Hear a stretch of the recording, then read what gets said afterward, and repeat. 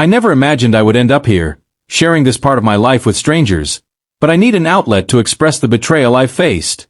I'm a 34-year-old woman who spent 16 years building a life with Mark, my now ex-husband. I thought we were a team, but everything I thought I knew about him and our relationship has shattered. I'm still struggling to understand how everything went so wrong. Mark and I met when we were both 18, fresh out of high school and starting college. We were broke, but in love, or so I thought. I worked 2 jobs to support us, making sure we could pay rent, buy groceries, and cover tuition. I worked weekends, sometimes working 3 shifts in a row, and I didn't care. I believed in Mark and his potential, telling myself this was temporary. Once he graduated, I thought we'd have the life we dreamed of. Finally, we'd both be able to relax, and the hard years would pay off. When Mark graduated and started his engineering career, it felt like a weight was lifted off my shoulders. But something changed. I slowed down a little, thinking we could finally share the load, but Mark started acting distant. At first, it was subtle, a few late nights at work, hidden phone texts, and vague excuses. I asked him about it, but he brushed it off with a dismissive "you're imagining things." Then, one night, everything came to a head. Mark suddenly told me he wanted a divorce.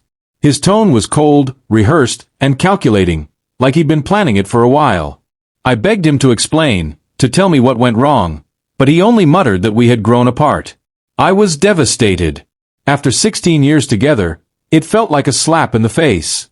He was eager to push the divorce through quickly, even offering a settlement that was insulting. Just crumbs after everything I'd done for us. I didn't sign anything. I knew there was more to the story, so I began to pay closer attention to his behavior. One night, I found something in his desk drawer that stopped me in my tracks. A crumpled lottery ticket with a huge jackpot win.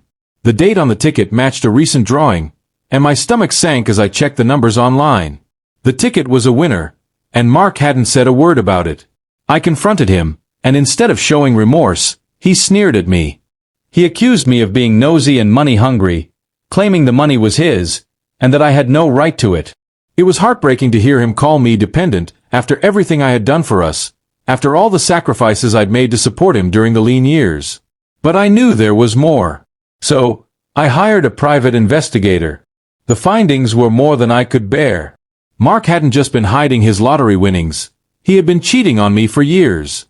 The investigator uncovered receipts for weekend getaways, expensive gifts, and even photos of him with another woman in another city. He had been living a double life, using the money I helped him earn to build a future with someone else, all while erasing me from his plans.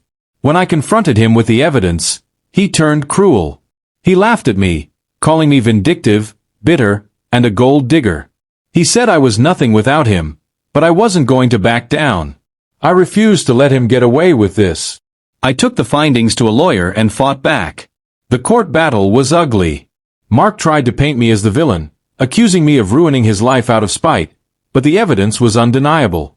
The judge saw through his lies and ruled in my favor. I was awarded half of the winnings and a fair share of our other assets. As a final blow, his girlfriend left him after finding out the truth about his lies. It's been months since the verdict, and I'm still trying to piece my life back together. The betrayal hurt more than I could have imagined. I gave Mark everything.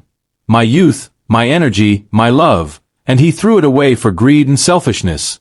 But I'm starting to heal. With my share of the money, I moved to a new city, started therapy, and began rebuilding my life.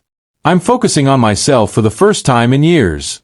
Sometimes the anger and the memories creep in, the lies, his cruelty, the way he dismissed me. But I remind myself that his actions speak more about him than they do about me. So, now I ask you, am I wrong for fighting back? Some friends think I should have just walked away, but I couldn't let him get away with everything he did to me.